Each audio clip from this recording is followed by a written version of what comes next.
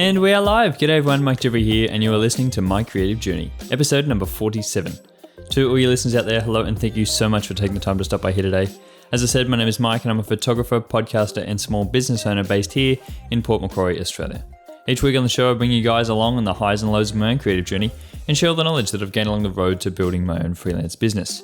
Now, in this week's episode, you're going to be listening to an old recording that I did of this exact episode. I was originally recording an episode about work-life balance, and I didn't really enjoy the episode, so I think I'm going to go back and record that one. I think you'll hear that as episode 48. But in the start of that, I was talking about my goals for this year and how I've gone with some of those goals and how I've been reflecting on how I actually set goals. And I didn't want to throw that part away. I really wanted to be able to include that in an episode, and I thought that it didn't really match in with what I was talking about for the rest of the episode in terms of work-life balance. So I really wanted to make it as its own episode. It's a bit of a shorter one, but I think I'll throw it in after this and you'll hear it as if I've just been recording this episode right now. So I hope you guys enjoyed this one. This is actually the first episode I'm recording in December, so I thought I would jump into a theme all around goals, and because that has been something that I've been thinking about over the past week as it came to the 1st of December, I started to think about my goals for the year that I had at the start of the year and trying to reflect on those and see where we are and how far we have to go before the end of the year. And I think that is a thing that a lot of people would be thinking about around this time of year, and especially moving into the new year as well. If you're not listening to this episode straight as it airs, you'll be probably thinking about this as the new year comes around, because I know it's definitely something that I tend to think about towards the end of the year. And I'm always surprised that it is something that I do tend to think about at the end of the year and the start of each year. It's a strange phenomenon that we tend to only be able to set goals at the end of the year, at the end of or the start of the year, or at the start of and the end of every month, or the end of every week, or things like that. We like to give ourselves a time frame, and I think that is important. I think it's important to be able to have a time frame, because we don't work well with just open-ended constraints, but often that can result in, if you're spanning your goals over a long period of time, as a year is. I think a year is a long time to spend on a goal, but it allows you to work towards a substantial goal, but it also is a long period of time where you can go through that bit of a dip in the middle of the year. And I think a lot of people would experience that, where they start out the year really good on their goals, and they tend to overachieve on most of their goals towards the start of the year, and they feel like they're really moving towards their goals really well. But then it can start to sort of lose steam a few months in, because the span of 12 months is a long time, and we can start to underestimate how much we actually have to do still, and therefore we start to ease off, and through those middle months of the year, we can tend to slow down and sort of go through that bit of a dip, and then come back at the end of the year with only a few months to go and think I've still got a lot to do to be able to hit those goals for the end of the year. And so we often tend to have more motivation, more drive towards the end of the year. I think it tends to either go you're one of two ways, where you can have those goals from the start of the year and they've either dropped off completely, like everyone who signed up for a gym membership at the start of the year and that just completely dropped off after 3 months. I think there's a lot of scenarios like that. But then there are also a fair few goals that people have that they would like to achieve by the end of the year. And if they haven't hit them in October, November, they're starting to ramp back up to be able to get to that point, to be able to hit them at the end of the year. And it's not that they've actually dropped them off completely. It's that they just went through a bit of a period of being a bit relaxed about them and then really had to pick it up towards the end of the year. And I think for me, that has been the case on a fair few of my goals that I was aiming towards at the start of the year. I don't think I've been overly consistent for the whole year, but I think that's the good part about a year. You can have ups and downs. You don't need to be overly flat on your goals. It's good to have long-term goals, because you can go through those sort of seasons of working towards something, and you can feel like even if you've had a bit of a downturn, you can still bring it back up. And overall, your general trend is that you're working towards something. So that has been something that I've been looking at through this past week. I'm not sure if you guys remember, but I did set a few goals towards the start of the year, and I think I aired them on an episode of this podcast, actually. So I was speaking about all the different types of goals I had, and there were a few big ones that I really wanted to hit. There were a few in personal life, but also a few in my business as well, and I just wanted to go through a few of those and really speak on them. One of the obvious goals that I had was to be able to start a podcast, and that was one of the things that I really wanted to be able to do at the start of the year, but I didn't really just set that open-ended goal to start a podcast. I really wanted to set the goal of being able to record an episode each and every week of the year. So I wanted to record about 50 episodes throughout the whole year. And I really set that goal at the start because I thought that it would be something that was sustainable and something that I was able to do, because I never wanted to walk in with just the goal of starting a podcast, because I think anyone can start a podcast and anyone can just record an episode of a podcast, but being able to be consistent over the course of the year, I think is really important. And so I did make sure that I was able to set a clear goal of what I wanted to do. So I think for me, there have been a few weeks where I haven't recorded episodes, and that has been something that I've been reflecting on and try to actually catch up on a few of the episodes and try to release a few more at a time. There have certainly been weeks where I haven't released any episodes. There have been other weeks that I've released 2 episodes. So trying to work towards that and trying to make sure I'm hitting that 50 goal by the end of the year. And that has been something that I'm pretty on target to do. I think by the end of the year, we should hit number 50. We're at episode 47 at the moment. So that's really nice and really, really good to see that I've been able to stay fairly consistent with that. You know, there certainly have been some changes throughout the podcast, throughout the year. And that was to be able to make the process a little bit easier for me, to be able to make some of the things more streamlined. But I think overall, I've been really enjoying the process. So being able to turn up here each week and record an episode has been really nice. Another goal I had was that I wanted to read a book every month of the year. Now, that was another goal that I set, and I wanted it to be more structured like that rather than just an amount of books per year. So I didn't want to just say, let's just read 12 books for the year. I really wanted to make sure I gave myself that target of a book every month, because that broke it up into smaller pieces that were more actionable for me. So every single month I knew I had to read another book, and that was something that I was aiming towards. You know, if all else, even if I didn't hit it, at least I was aiming towards being able to read a book every single month. And I think from the majority of the year, I've actually hit that goal. I think I'm up to about 10 books now at the end of November. And so I've still got to read 2 more in this last month. That's because I had a few books earlier in the year that did drag on for a bit longer than a month, and they were a bit harder to read. So I obviously didn't want to be too hard and fast on that rule, but certainly it was good to be able to have that rule in place. Another goal that I had was that I wanted to run 100 kilometers every month, and you can start to see a sort of general theme here around the goals, and that I wanted to structure them into smaller chunks to be able to really be able to make them more actionable. I think if you really set yourself a goal that's way too big that you can't understand how that needs to be achieved, it can often seem way too daunting and can be too hard to start. So if I was to set myself the goal of being able to run 1,200 kilometers for the year, that is a very big goal that you wouldn't even know where to start. You wouldn't know how often you have to run there. You wouldn't know how far you have to run. You know, you wouldn't be able to set yourself up in the right mindset to be able to go out there and achieve things on a day-to-day basis, which I think things need to be broken down into that space. So for me, that 100 kilometers a month was broken down into about 25 kilometers a week. So therefore, I know how far I have to go each and every week and then I can determine how often I have to run, how often, if I need to go every day, every other day, depending on how far I'd like to run each and every time. I think at the end of November, I'd run about 1,070 kilometers. So I've got another 130 to go in the last month. As I said, I didn't hit that 100 kilometer mark every single month, but we were fairly close, and I think it's still achievable to get to by the end of the year. And then the last goal I want to touch on was one that I'd set in my business, and that was to shoot 10 weddings by the end of the year. Now, that was a large, ambitious goal that I wanted to be able to shoot 10 weddings in my first year of photography. And that was, I really put that out there to be able to drive myself, because I knew if I just said I wanted to be able to shoot my first wedding, that once I shot only one, then there would be nothing else driving me on. And so I wanted to set that goal of being able to shoot 10. Obviously, it was a lot harder.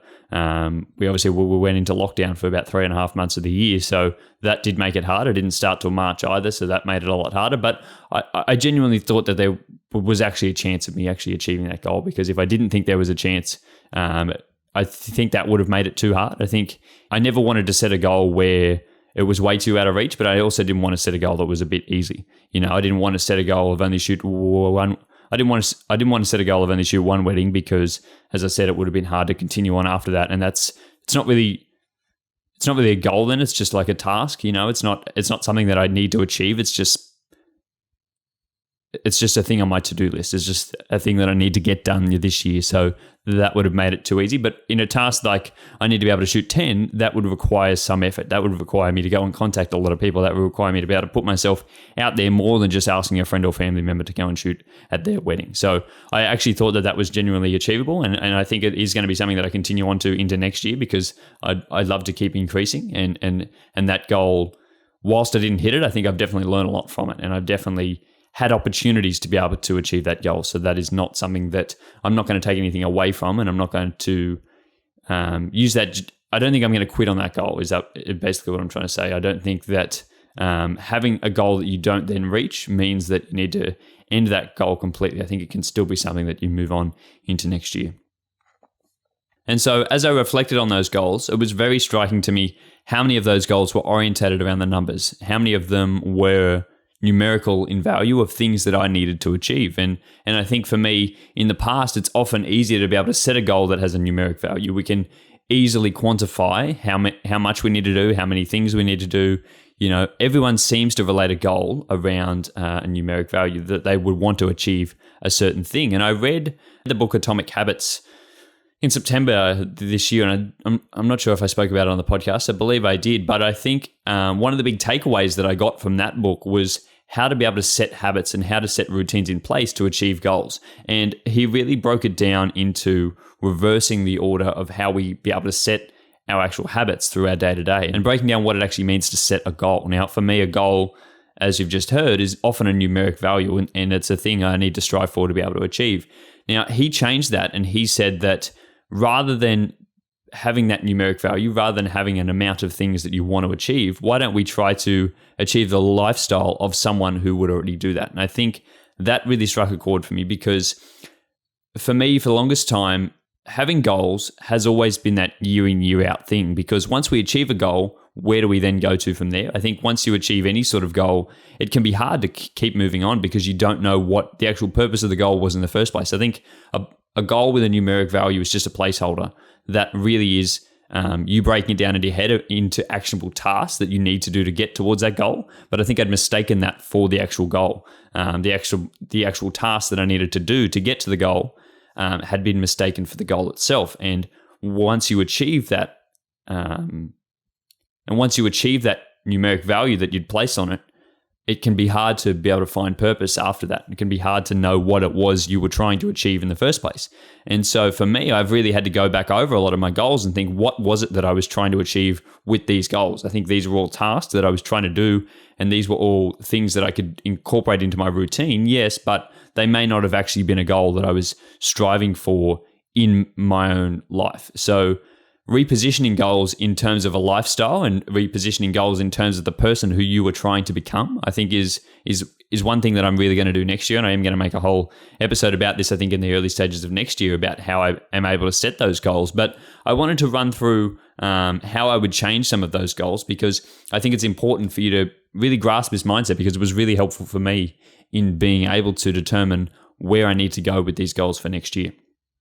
So rather than saying that I want to read 12 books for the year, or rather than saying I want to read a book each month, what sort of lifestyle does that incorporate? What is the aim of that? That is to become someone who reads a book. And for me, to be able to read a book every month, it all but meant that I needed to read every single day of the month. So rather than saying that I want to be able to read 12 books for the year, I need to then say I want to become someone who reads. So to incorporate that into my daily routine, because if I was someone who reads, then I would do that on a day-to-day basis, regardless of if I had to be able to hit a goal for the end of the year, or I didn't have that goal at all, because I just enjoy the act of reading. So regardless of whether that goal is there, I would still read. So I've got to think about, what would someone who reads, what would they do? Would they, every night before bed, would they read a book? Probably, because they enjoy the act of reading. So if I want to become someone who reads a book every single day, I need to become someone who enjoys the act of reading. And I think that is the goal. That is the end game here of what we're trying to do with each of our goals. It's much easier then in that vein to be able to run 100 kilometers every month if I become someone who runs every morning. If I incorporate that into my lifestyle, if I become that person. I think if I look back on my journey into sort of podcasting, it's become easier for me because I've incorporated that into my lifestyle. I've become a person who podcasts on a regular basis. I record a podcast every single week, and I know that, and I have included that in the type of person I am. That, you know, like I can introduce myself as someone who records a podcast every single week. That is something that I have incorporated into my lifestyle. So it's made it much easier to then record each and every week, because that is something that I do every single week. So being able to reflect on that and being able to see what it is that I want to achieve, and being able to see what the end game is for each of these goals. all these actionable tasks that I've had for the past few years as goals, as placeholders for goals, really need to be swapped out for something that I am actually aiming for. And then it's great to break those goals down into actionable tasks of things that you actually want to achieve throughout the year and things that you need to do to be able to set yourself up and set your lifestyle up to revolve around those things. If that is genuinely something that you want to do, I think that's important. But making sure that you're aware of what the goal is. Do you want to become someone who goes for a run every day? Do you want to become someone who runs?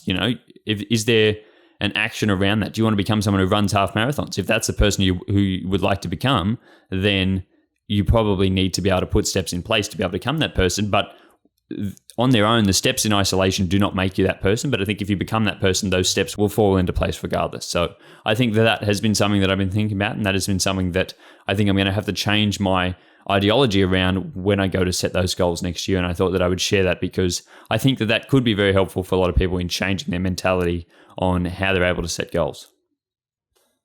That is where I'm going to leave this episode, guys. I really hope that was a little bit insightful for you. As I said, I recorded that a couple of weeks ago, and I thought that it would be important to really share because I've been reflecting a lot of my goals and how I've been going about trying to set goals. I think important to think about the reasons why we set goals. I think it's super important in having an aim and having a clear why, having an understanding of why we're setting a goal. There's no point having a goal in isolation. The goal needs to be working towards something that you're trying to change in your own lifestyle. So for me, thinking about lifestyle choices and thinking about the person who I want to become with those goals. So how does that help me to become the person who ultimately I would like to be? And then working back from that and setting clear goals and setting tasks around that can help me to become that type of person. And I think looking at it in that reverse way, sort of reverse engineering your way to get to the goal by starting out of who you want to become and then looking back and breaking it up into small actionable chunks. I think that's very, very important, but overall you need to know why it is you have that goal.